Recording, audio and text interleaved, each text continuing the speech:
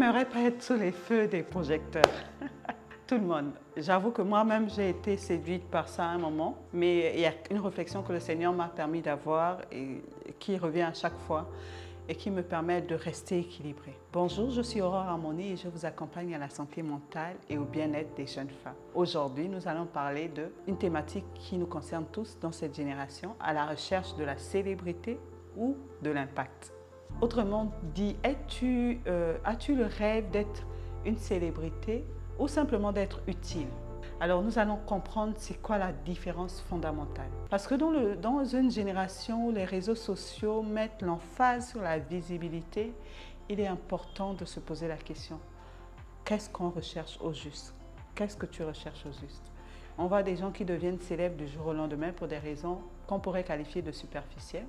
Mais aussi on voit des gens qui travaillent dur, qui ont un grand impact dans leur communauté et leur société, mais qui restent inconnus et pas souvent sous les feux des projecteurs. Alors, qu'est-ce que l'impact et qu'est-ce que la célébrité? La célébrité, tout le monde le sait, c'est le fait d'être connu du grand nombre, pour des raisons justifiées ou pas, pour des raisons superficielles ou profondes. Mais l'impact, c'est la marque que tu laisses dans la vie des hommes. Cet impact peut être positif ou négatif. Alors, quand on parle d'impact, on parle de quelqu'un qui a marqué quelqu'un d'autre. Nous avons des exemples des gens qui n'ont pas été célèbres forcément, mais qui ont eu un impact jusqu'à nos jours. Aujourd'hui, je suis sous les feux des projecteurs, de là où je vous parle. Et c'est grâce à des gens comme Thomas Edison qui ont contribué à avoir l'électricité dans nos maisons de manière accessible. Donc, grâce à ces personnes, on ne serait peut-être pas en train de parler de réseaux sociaux aujourd'hui. Mais ce sont des gens qui sont restés, pour la plupart, non connus. Mais les impacts qu'ils ont eus retentissent jusqu'à aujourd'hui. Comment choisir entre la célébrité et l'impact? Alors, il faut d'abord savoir c'est quoi la célébrité, quels sont les avantages. On a essayé d'expliquer. C'est vraiment, on dirait, tout le monde, il faut être sincère, tout le monde choisirait la célébrité. Mais voici ce que c'est que la célébrité. La célébrité est quelque chose qui prend vite. C'est comme une flamme qui prend vite sur du papier et qui peut vite s'éteindre. Et aujourd'hui, ce qu'on constate, c'est que les personnes qui sont trop vite célèbres, pour des raisons qu'elles ignorent elles-mêmes, se voient ravir leur vie privée, leur paix intérieure, leurs relations. Parce que quand la célébrité t'éclate sur le visage et que tu n'es pas préparé, et que tu t'es vite hissé sur une autre sphère, d'abord il faut te développer rapidement des mécanismes pour rester dans cette sphère. Il faut avoir des relations du même type parce que maintenant, tu dois confirmer cette position. Et puis la dernière chose, c'est que souvent tes amis qui ne se sont pas hissés aussi vite que toi, on n'est plus sur le même diapason. C'est un peu comme une jeune femme qui se marie avec au milieu d'autres jeunes femmes comme elle qui ne se sont pas mariées. À un moment, elle veut parler des choses concernant le foyer et puis les autres peuvent ne pas comprendre. Il y en a même qui vont dire « Ah, toi, tu parles trop de ton mari, c'est comme si c'était toi. » En fait, non, c'est les saisons qui ont changé. Mais comme les autres n'ont pas été préparés ou encore ça s'est peut-être passé d'une manière à ce qu'elles ne savaient pas que ça allait changer leur relation, ça crée des conflits. La célébrité emmène beaucoup de conflits et souvent dans la célébrité, on se retrouve seul. Et puis le problème, c'est qu'après, on a peur de tomber parce que si on s'est retrouvé trop vite célèbre, et on veut rester là. Imagine, tu as juste fait, on dit quoi, une trend sur TikTok et puis ça prend. Il faut chercher encore comment chercher à avoir une autre trend qui va prendre et ça met un stress. Et beaucoup de gens, après la célébrité, tombent dans la dépression sans qu'on ne vous dise. C'est ça les méfaits de la célébrité. Vous savez que Dieu ne récompense pas la popularité, il récompense la fidélité. Donc, si ta célébrité vient d'une fidélité constante qui t'a hissé vers les hautes scènes, tant mieux. Ça veut dire que tu seras aussi préparé comme David à assumer le trône. Mais regardez Saül. On est allé chercher Saül comme c'est Dieu qui avait dit à Samuel d'aller chercher Saül. Mais j'ai l'impression que la préparation de David et de Saül sont totalement différentes. David a su qu'il était roi et a été un roi, mais il est resté longtemps avant d'accéder au trône. Et si les petites avancées te préparaient à assumer le poids de la gloire. Et c'est dans l'impact que tu apprends à avoir les petits fruits. Parce que l'impact, c'est des petits pas après l'autre.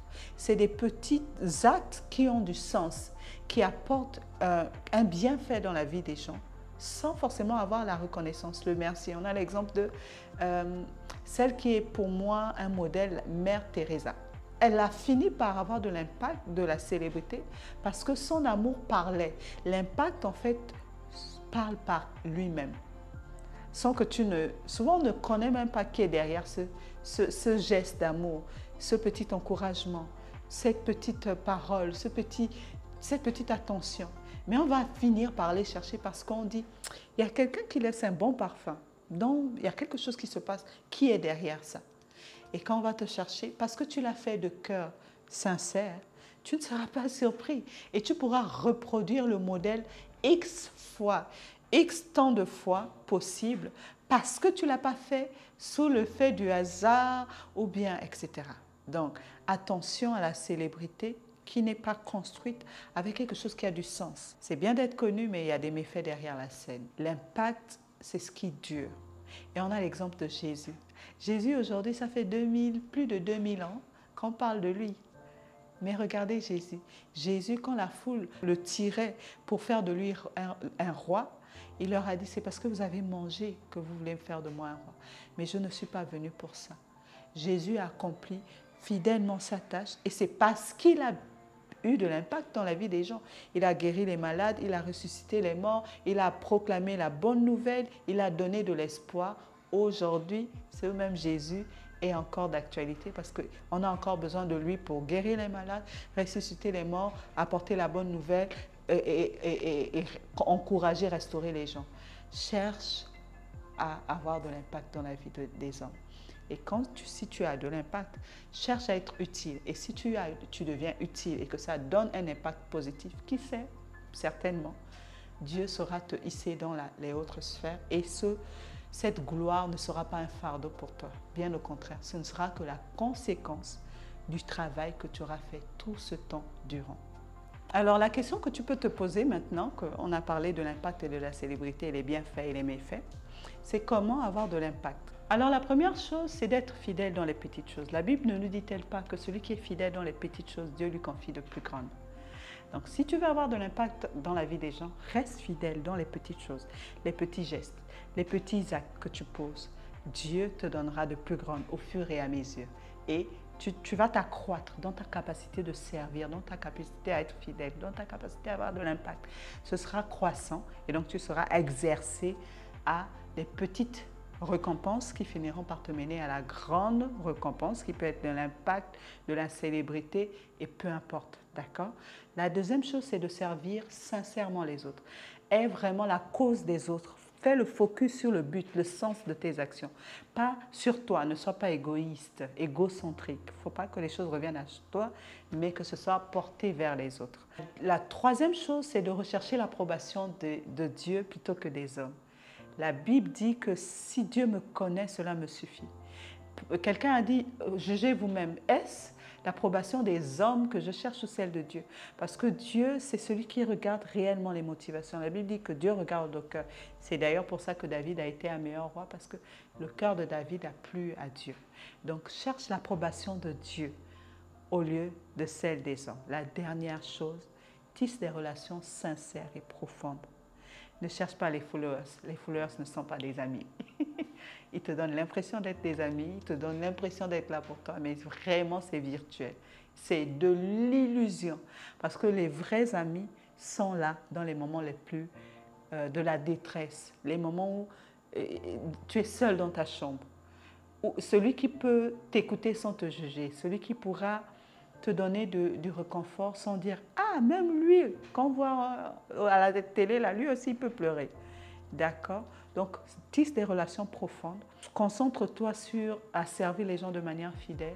Sois sincère dans ce que tu fais. Prends les gens, aie le focus sur le bien-être que tu apportes aux gens. Recherche l'approbation de Dieu plutôt que celle des hommes. Ainsi, tu seras quelqu'un qui aura de l'impact et qui sait, Dieu pourra t'emmener vers cette célébrité, mais de manière avec du sens et de manière cohérente. Que Dieu te bénisse. Je te donne rendez-vous pour le prochain podcast et je te dis que Dieu te bénisse.